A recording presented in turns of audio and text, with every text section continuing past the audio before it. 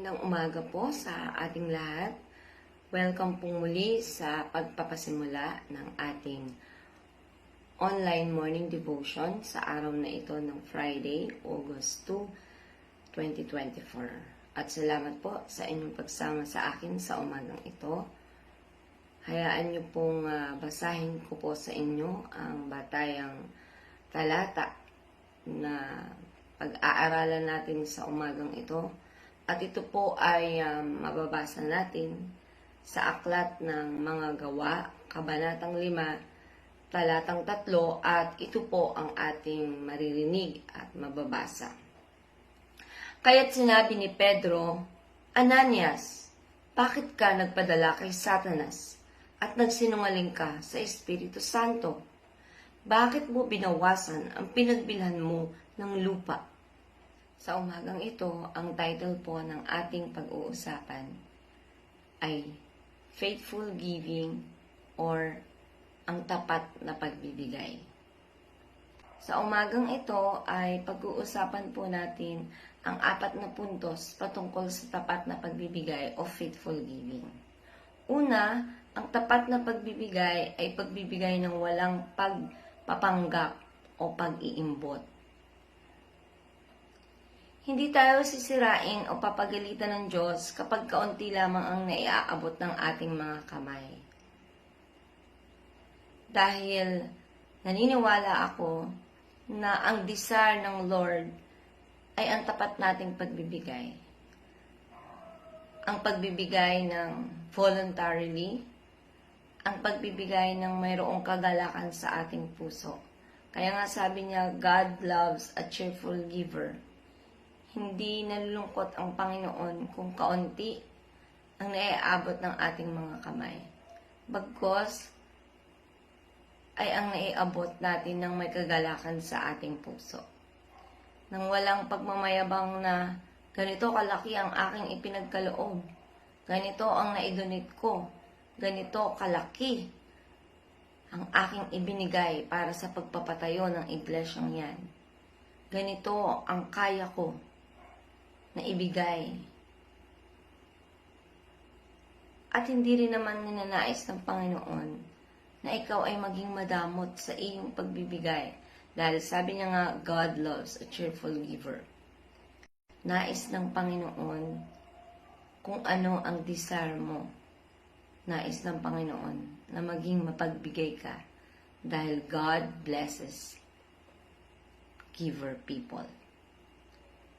Kaya maging tapat tayo sa ating pagbibigay ng walang pagdadamot o pag-iimbot o pagpapanggap. Hindi yung nagbigay ka dahil lang sa ikaw ay ipipraise ng mga tao, kundi bukal sa puso mo. Voluntary mo itong ibinigay at hindi ka pinilit. Masaya kang nagbigay at walang galit sa iyong puso. Ang tapat na pagbibigay ay pagbibigay ng walang pag-iimbot o pagpapanggap. Ang ikalawang punto ay ang tapat na pagbibigay ay pagtugon sa ating mga pangako.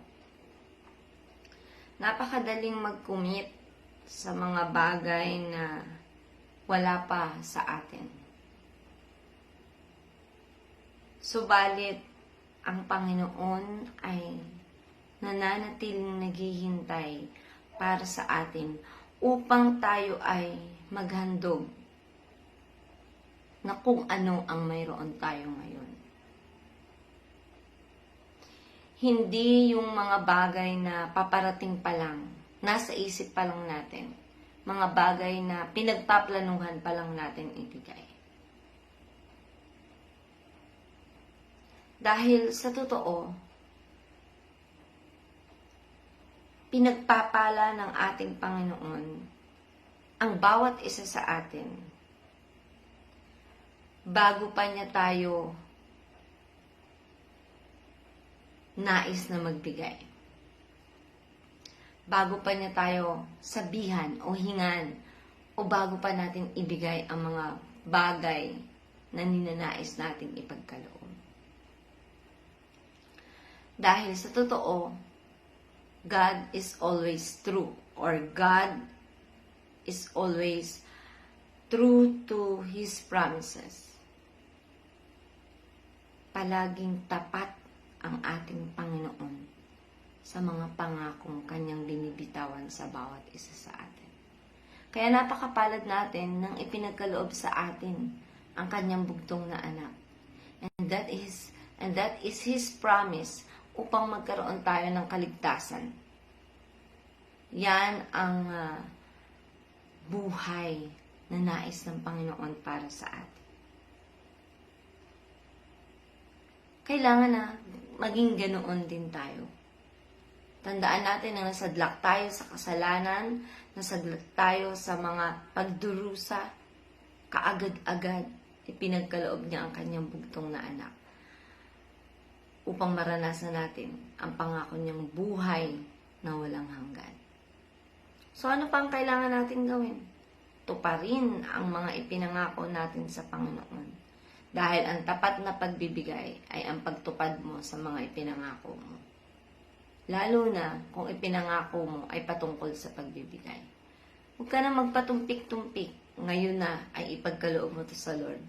Huwag yung mga bagay na ninanais mo pa, na wala pa sa mga kamay mo. Kung ano ang mayroon ka sa ngayon, ay yun ang ipagkaloob natin sa Lord. Dahil pinagpapala ng Panginoon ang mga taong hindi pa niya na ibibigay ang mga nais niyang ibigay. Kaya, huwag na tayong magpatumpik-tumpik. Agad-agad, ipagkaloob natin sa Panginoon. Pangatlong puntos, ang tapat na pagbibigay ay nagtatagumpay tayo sa mga nakaambang na tukso. Winning over temptation. Totoo, napipigilan tayo ni Satanas na abutin natin ang ating mga bulsa, lalo na sa panahon ng pagkakaloob. Talagang pinipilit tayong huwag ibigay ang mayroon tayo. Kaya nga, ang anumang handog na iyong ibibigay ay isang tagumpay ng iyong pananampalataya. Ito ay patunay na natalo mo si Satanas at nanaig ang iyong pagtitiwala sa Diyos. Madalas, kapag araw ng linggo, kapag budukot tayo sa ating bulsa, mas pinipili natin ang mga barya o mas napipili ng ating mga kamay ang ating mga barya dahil ito ang makakapagpagaan sa atin. Subalit alam naman natin na mayroong mas nakahihigit na handog na kaya nating ibigay sa ating Panginoon. Kasi nga, natitempt tayo dahil mabigat ang mga barya over sa mga papel na pera na mayroon tayo. Mas pipilitin natin alisin ang mga bagay na nakakapagpahirap sa atin. Dahil nga, komo barya, mabigat, mas ito ang uunahin nating alisin.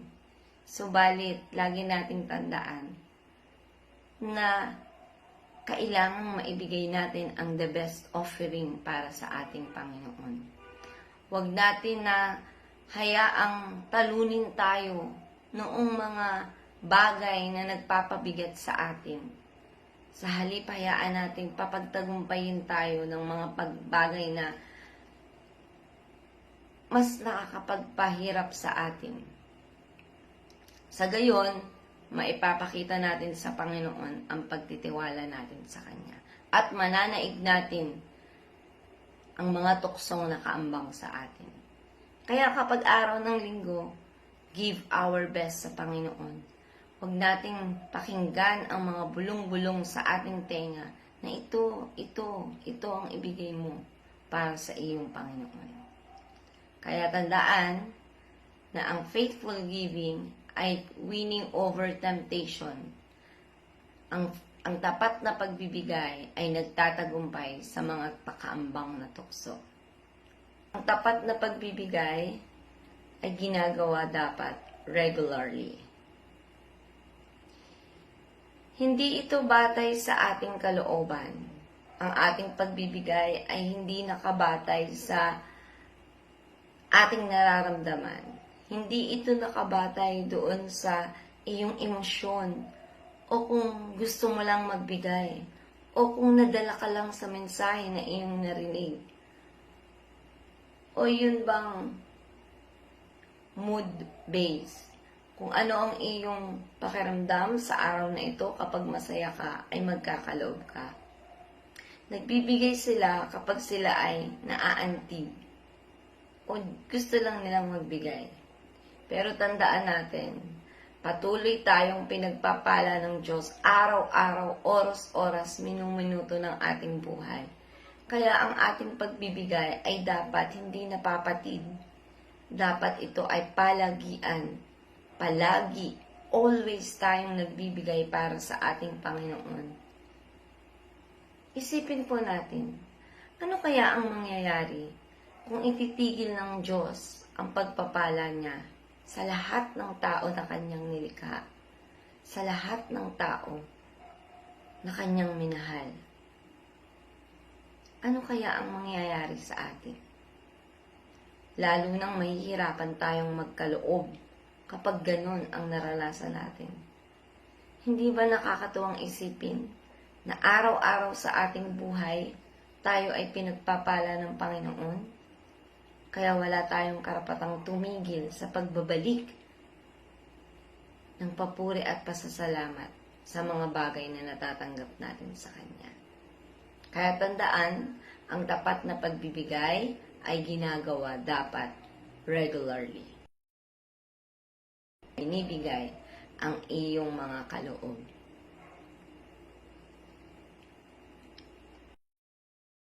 Muli mga kapatid,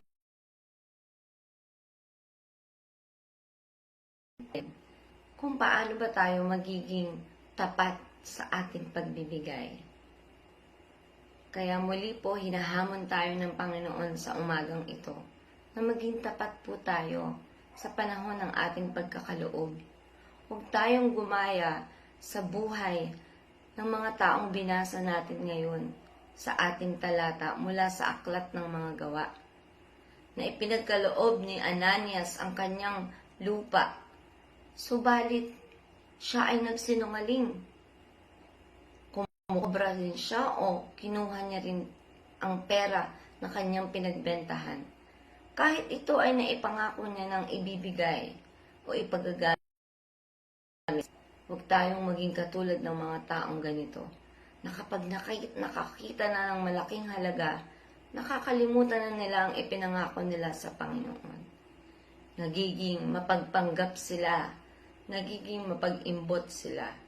Subalit, patuloy tayong pinagpapala ng Panginoon. Araw-araw, ibinubuhos niya sa atin ang pagpapala, siksik, liglig at umaapaw. Kaya kailangan, bilang tapat na nagbibigay sa ating Panginoon, palagi nating ibalik ang pinaka-the best at nararapat sa palagi nagpo-provide ng ating mga pangangailangan.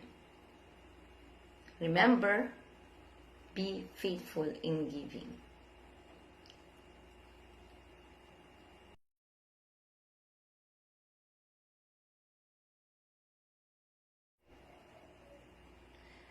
Tayo po ay manalangin.